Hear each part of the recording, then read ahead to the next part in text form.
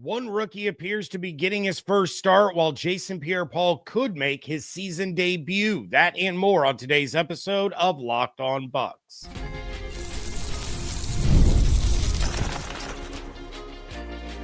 You are Locked On Buccaneers, your daily Tampa Bay Buccaneers podcast. Part of the Locked On Podcast Network, your team every day. What's up, and welcome into this episode of Locked On Bucs, your daily podcast covering the Tampa Bay Buccaneers, part of the Locked On Podcast Network, now the #1 sports podcast network. I want to thank you for making Locked On Bucs your first listen review every day. Don't forget you can subscribe or follow for free on YouTube or wherever you get your podcasts. I am your host, James Yarcho, at JYarcho_Bucs, credentialed member of the media covering the Bucs for Bucs Report, and here with you every Monday through Friday along with the everydayers. And for that, I want to share my appreciation for your continued support of the show.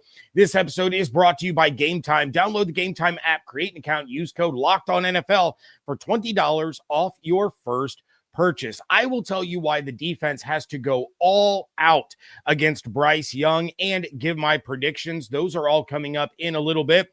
But let's start with who is in, who is out for the Buccaneers. Now, earlier this week, Zion McCollum was placed on injured reserve with a hip injury, effectively ending his regular season. So that means Benjamin Morrison will probably be getting his first career start on the road against the Carolina Panthers. Morrison has been plagued by injuries in his rookie season and was the target of a couple of quarterbacks when he did enter the game since coming out of the bye, most notably Drake May of the Patriots, Josh Allen, of course, of the Buffalo Bills. But he's also had some solid moments earlier in the year, most notably against the Texans and against the Philadelphia Eagles. Now, with him likely getting the start over the course of the last 3 weeks, it's going to be good to at least get him some solid experience before moving into next season. But Todd Bowles did shed some light on Morrison's situation following practice on Friday, saying, quote, "I think he's finally healthy. So you'll probably see the real Benjamin Morrison that we drafted. He had a couple of weeks to take in some things mentally and get physically right. So he's probably in the best place he's been in this year. I think we'll see the best when we see him," end quote. Now, Bowles did say that Morrison and Parrish will both be utilized on the outside in McCollum's absence, but it seems likely that Morrison would get the majority of those snaps out there, considering how often the Bucs have three corners on the field. And to be honest, Parrish is better suited at that slot corner position. He's lined up outside on a few occasions, doesn't seem to be quite the same player or quite as confident when he plays on the outside compared to when he is in that nickel spot. The other news is that JPP could be making his season debut this week. Bowles said everyone is in play for this game, which is reassuring considering Levante missed practice on Wednesday and was limited throughout the week. But when asked about JPP, Bowles said, quote, "He's also in play for this week. We've got a lot of guys up. It's going to be hard putting a lot of people down." Now, the Bucs already elevated JT Gray from the practice squad to the active roster, and as a result, linebacker Nick Jackson was waived. Of course, they now have the extra depth after signing linebacker Anthony Walker from the Colts practice squad.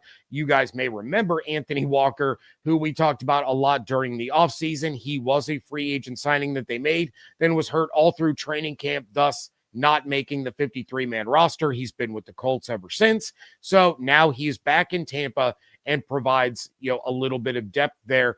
Bowles said that it is possible that Walker suits up and plays this week. It's just going to depend on how much he knows when it comes to their game plan, and that'll decide whether or not he is active. As for the rest of the injury report, there are no game designations. So you're going to have Servassier, Dennis, K-Dot, and Tyke Smith all back this week. And then, of course, Levante David, as I mentioned. But this might be the most healthy the team has been all season if you're not counting those guys that are on injured reserve, McCollum, Malk, Bredesen, Cansey. But as far as like week-to-week injury reports, this is the cleanest one we have seen. There's not a single player with even so much as a probable, let alone questionable game designation. You have your full allotment of receivers. You have all of your offensive weapons out there. You have a relatively healthy defense. The big question is whether or not it's too little, too late.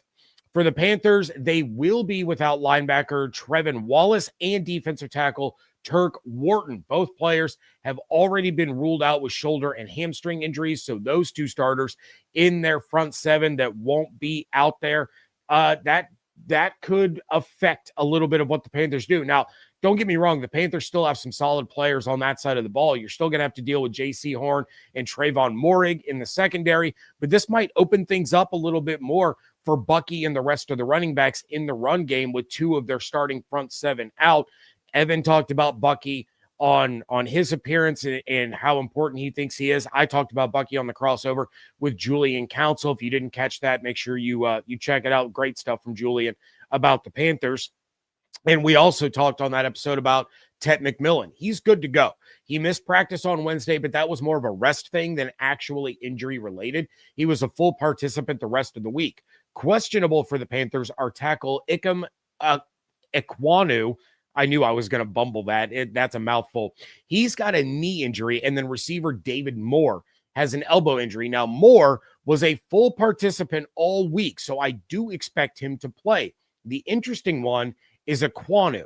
He did not practice Wednesday or Thursday. He was limited on Friday. He's missed just one game this season, but he has been dealing with a knee injury for a while. So that is one to definitely keep your eye on. If he can't go, the Panthers do not have a lot of offensive line depth.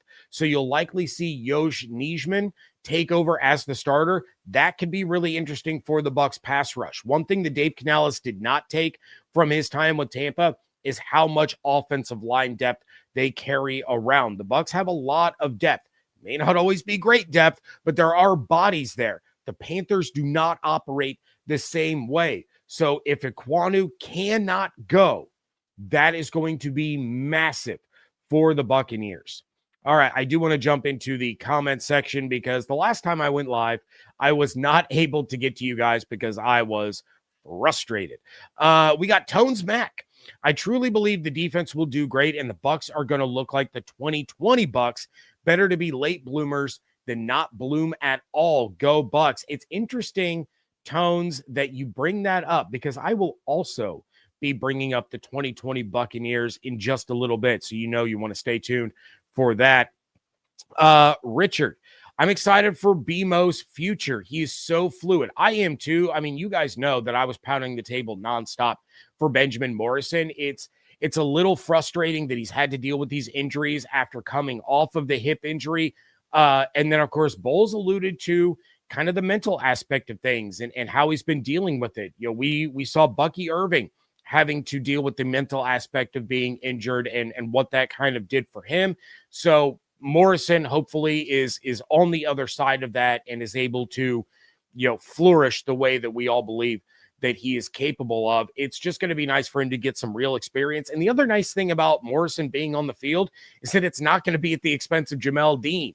I never understood the rotation that Bowles used, taking Jamel Dean off the field in exchange for Benjamin Morrison rather than Zion McCollum. When you had Jamel Dean playing at the level that he has played this season, why would you want to keep taking him off the field just to get Morrison some reps? Take off the guy that's not performing as well and see where it goes from there.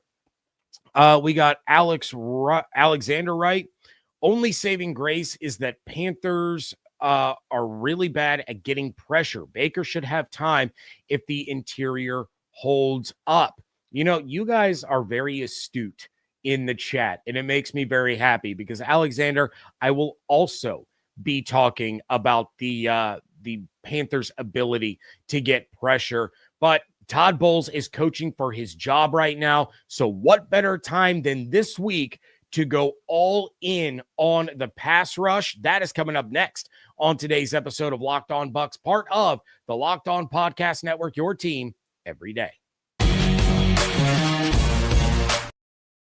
World Cup is coming back to North America for the first time since 1994, and with 48 teams for the first time ever, it's going to be massive. But let's be honest, getting tickets is usually the hardest part. That's why the Game Time app is clutch, finally giving fans a real advantage when it comes to snagging seats. With Game Time, you can track price drops in real time. That's how I snagged some pretty solid concert tickets.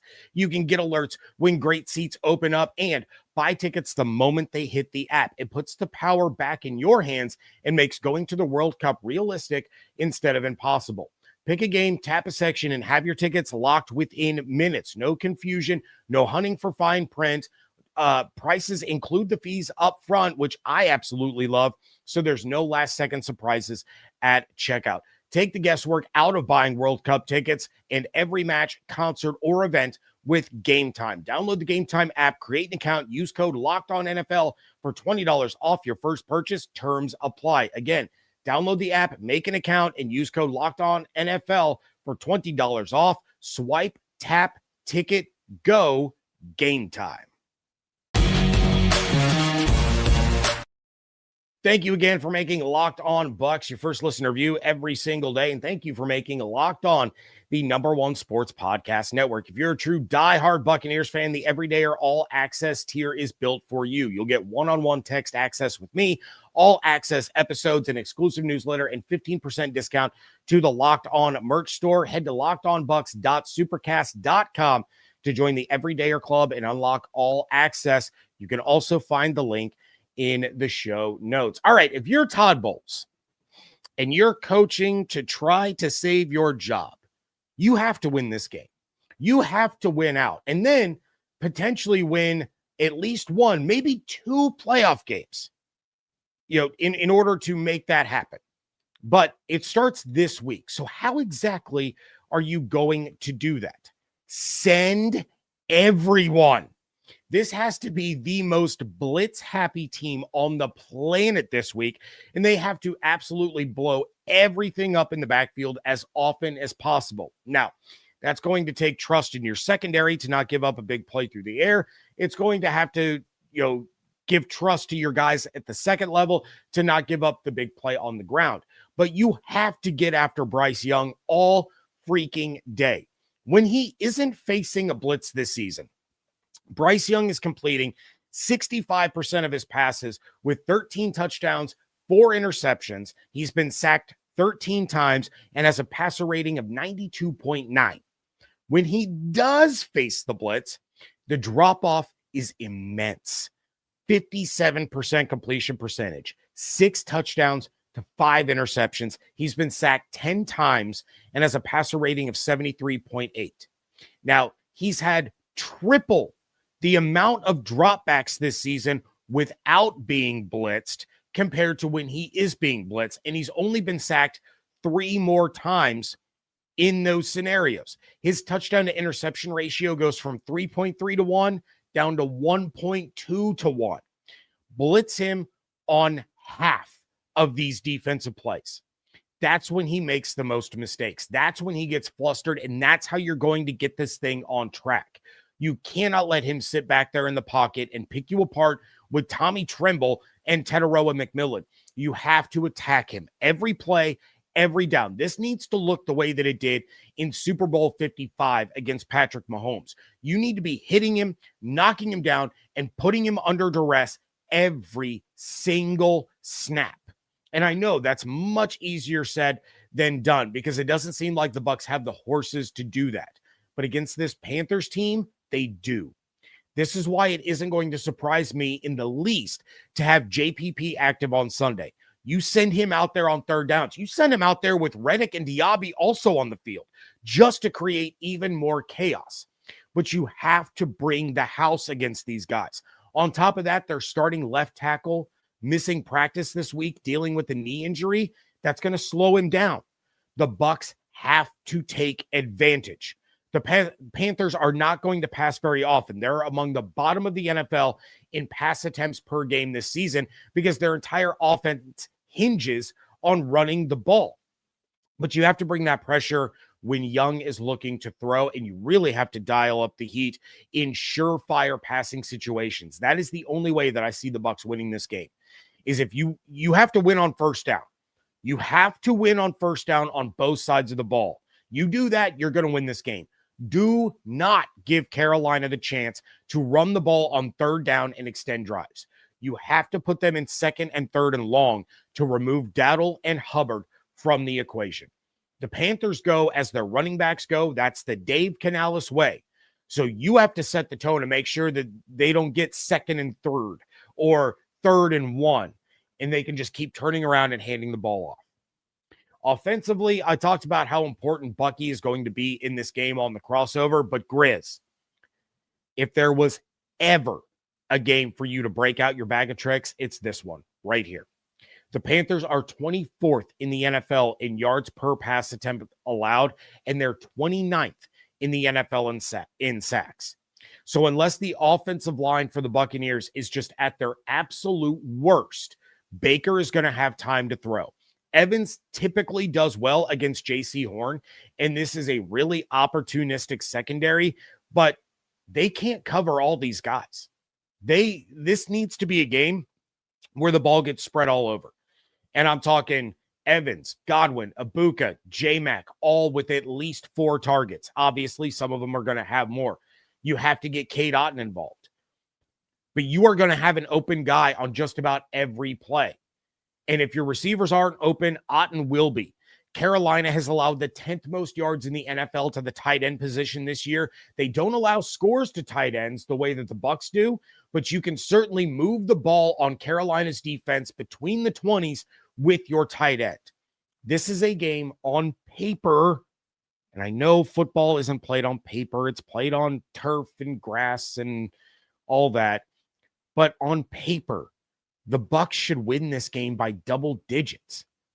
It's just a matter of whether or not they play to the level they're capable of, or they play to the level that they have the last 6 weeks. We just won't have any idea which team shows up until the game starts on Sunday.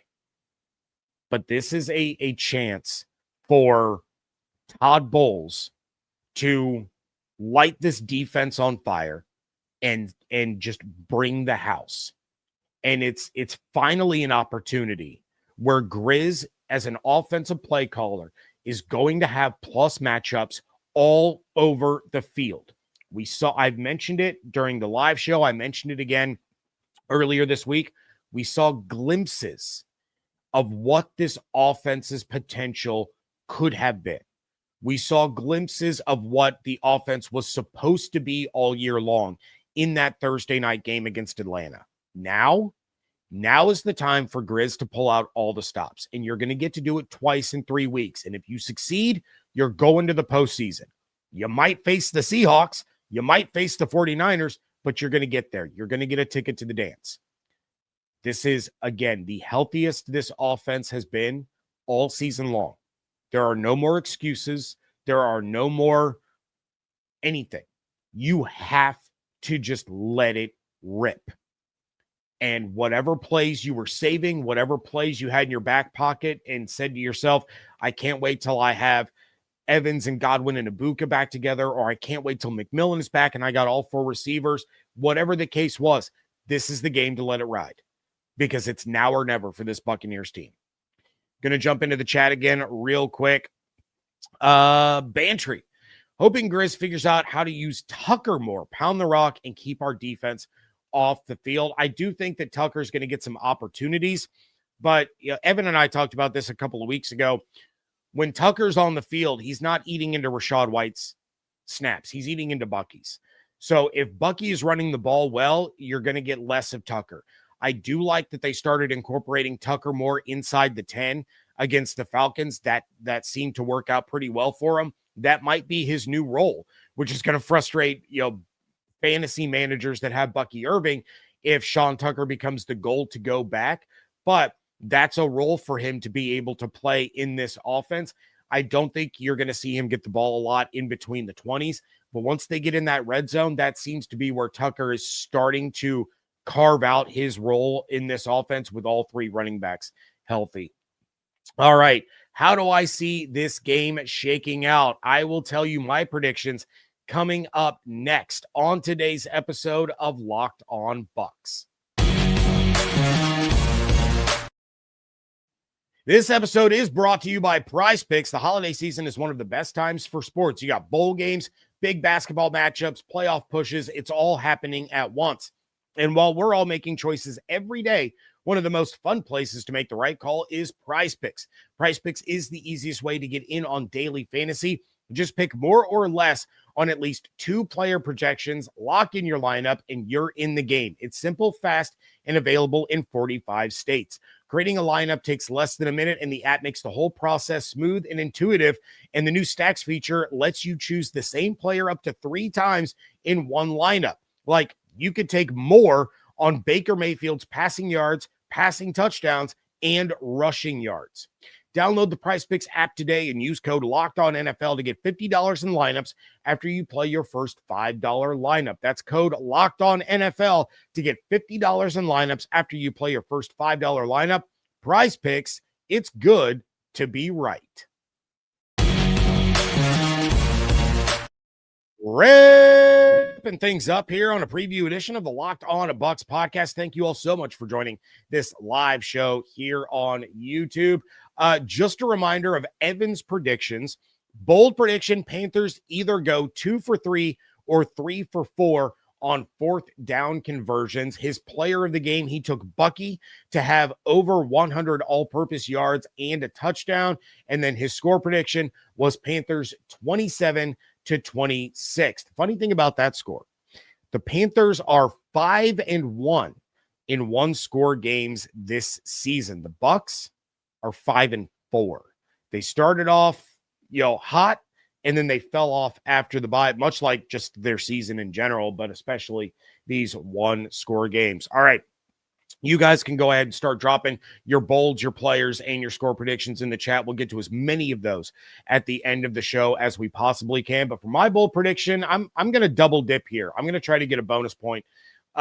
First is the Bucs will sack Bryce Young 4 times at least in this game. If they listen to me, I don't know why they would, but if they do, and they do the obvious thing that they should, and by that I mean blitz the absolute crap out of Bryce Young, they're going to get to him, and they're going to bring him down.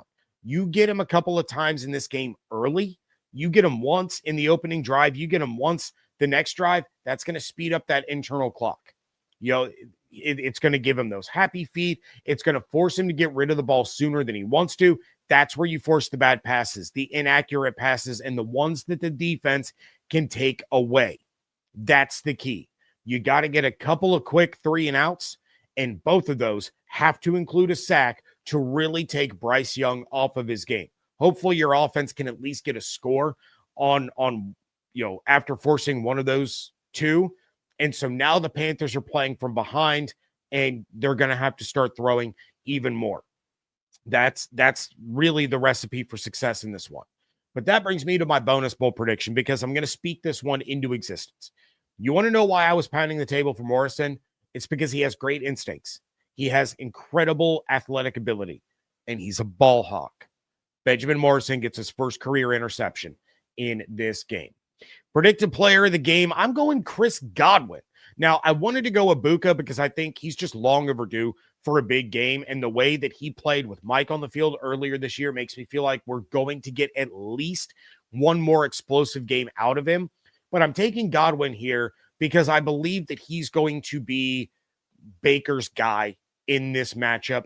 And I don't mean that he's going to, lead every stat for the receivers. What I mean is he's going to be the stick mover. He's going to be the guy that Baker looks to on those key 3rd downs to move the chains and extend drives. He's looked good since returning for the 2nd time this season. He had a big touchdown and a 2-point conversion last week. And I think that when it's going to be critical moments in the game, it could be, on the drive right before halftime for the Bucs to get into at least field goal range to break a tie, or on 3rd down when the offense really has to respond to something, or 4th quarter, when the Bucs are trying to ice the game or take a lead, that's when Baker's going to look to Godwin, and that's when he's going to get his key plays. He probably won't lead the team in receptions or yards. He might lead in touchdowns or be tied for the lead in touchdowns, but it's going to be the catches that he makes are going to be of such significance that we're going to look back as him being like the key player in this game. Score prediction. Look, I've laid it all out there. The Bucs are a better team than the Panthers. They are. They just haven't played like it. I don't know if that's going to change this week. I have a hard time believing that all of a sudden they can turn it on like flipping a switch. And I have an even harder time believing that they can just turn it on after Bowles basically went to the podium last week and said that it's all their fault and it's their problem. I know Baker Mayfield came out and he said, do not blame Todd Bowles, blame me instead. But of course he said that. That's Baker. That's why the guys love him. That's why he's a leader. That's how true leaders react and respond to adversity. Whether it's their fault or not, they want to take the blame on themselves so that it doesn't fall on the rest of their guys. Finger pointing at this stage does not help anyone. The coach calling out his team in a public forum like that and blaming them for this stretch of losing coming out of the bye, that is not helping anyone. The Bucs should win this game. The Bucs very well could win this game. But I cannot sit here and be honest with you guys and say confidently that I think that they will win this game. I mentioned it to Julian on the crossover. I mentioned it on the squad show. It's a race to 30. I think both of these offenses can put up points against both of these defenses, and I'm going to take the Panthers to win 31-27. Going to see what you guys are predicting there in the chat. We got Steven Stansfield, 50-yard game for Payne Durham. I love that. That is an outstanding bold.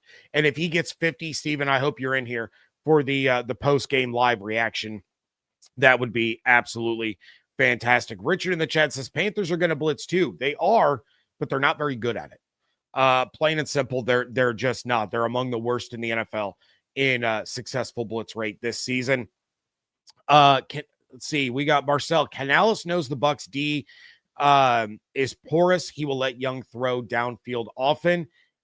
Hard to throw downfield if Bryce Young is on his back all game long. That's why the key for this one is Bowles dialing up that pressure. All right, Steven says 24-21 Bucs win with Bucky sealing the game for the win with his second touchdown. Bryce Young throws a costly interception to Benjamin Morrison for his first INT. I love that. Bantry, Baker with 3 touchdowns.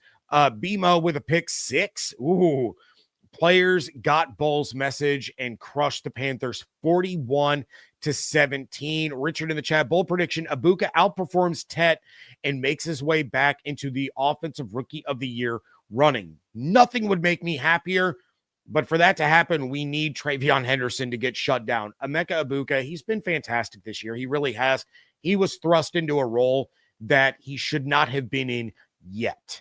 And I've heard a couple of other people talk about how he's not a number one, and you can tell the difference when Mike is on the field. Well, of course you can tell the difference when Mike is on the field because he's Mike Evans. But I want to kind of go back in time. Remember, Mike Evans wasn't that dude either in his rookie year. Vincent Jackson was that dude in Mike Evans' rookie year. So now Mike Evans has taken that Vincent Jackson role for Emeka Abuka. I do believe that 2 or 3 years from now, when Mike Evans retires, since he said he's got maybe even 3 or 4 years left, but when Mike Evans does finally move on, he is preparing Mech for this role.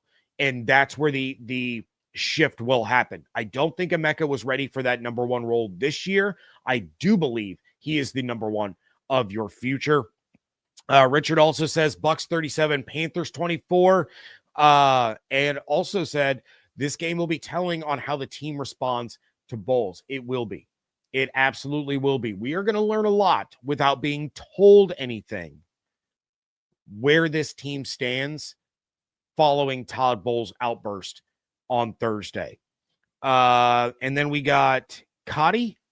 This game will be a blowout. Bucs win. I hope I'm on here Sunday live with all of you talking about how I was wrong in my score prediction. I hope I can't give Evan grief next year. He won't be, or next week. He won't be on the show. He'll be out of town for the holidays. But I hope that we're wrong in our predictions. I really, really do. But I got to see it. I got to see this team respond. I need to see the team that we saw in the first 8 weeks of the season, because that will give me confidence. If we see that level of play on both sides of the ball, that will give me the confidence that they can go to Miami and win. that they can have the Panthers in week 18 and win, and then maybe be able to compete in the wild card round with whoever they end up facing. All right. That is going to do it for this episode. I will be back Sunday live after the game to do the reaction. We also have the Bucs squad show live after the game. Not sure which one's going to go first. I think we're going to do squad show first, immediately following the game. And then I will do my live show probably in the evening around the same time I usually do it. So make sure that you're subscribed on YouTube with the notifications turned on. You can come back and join the live chat for that one. But want to thank you for tuning in today to Locked On Bucs. And, did Locked On Bucs make your Spotify wrap? Prove it on social media to secure a free month of our brand new Everydayer Club. Just tag our national Locked On Podcast Network account on any social platform. We're going to drop you a code. Be one of the first to enjoy the Everydayer Club to get your favorite show ad-free and exclusive access to the members-only Discord. Of course, you also have the all-access option there, lockedonbucs.supercast.com. Follow on Twitter at LockedOnBucs, at JYarcho_Bucs, Instagram and TikTok at LockedOnBucs in both of those places. You can still be an insider. We're still doing the insider program. Join subtext.com/LockedOnBucs. Click the link in the show notes. And if you want to support the show, you don't want to be in the Everydayer Club, you don't want to be an insider, it's real simple. Leave a 5-star review wherever you get podcasts and like this episode on YouTube. Hope you all have an absolutely outstanding weekend. Stay safe, stay healthy, fire the cannons. I want to thank you so much for joining me right here on Locked On Bucs, part of the Locked On Podcast Network, your team every day.